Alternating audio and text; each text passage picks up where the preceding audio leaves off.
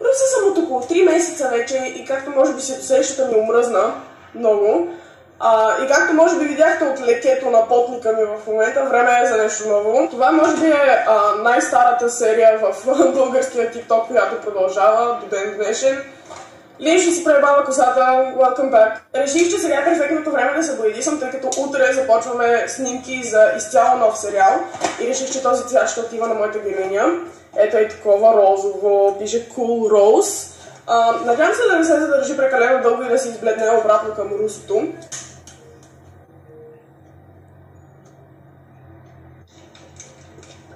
Този процес ми е до болка познат вече, писна ми.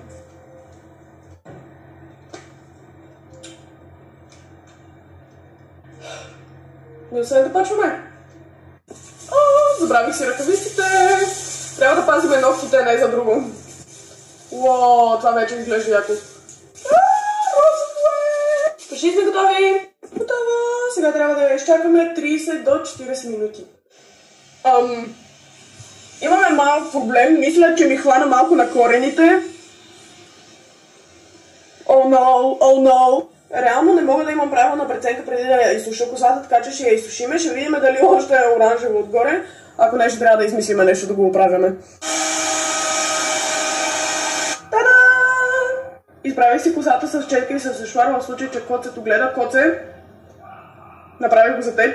Колкото до косата, отгоре си мислех, че ще е доста по-оранжево, но като го изсуших, не е чак толкова зле, все пак е по-светло, ама сета. Отдолу също е по-светло и си русолея още, ама мисля, че изглежда добре.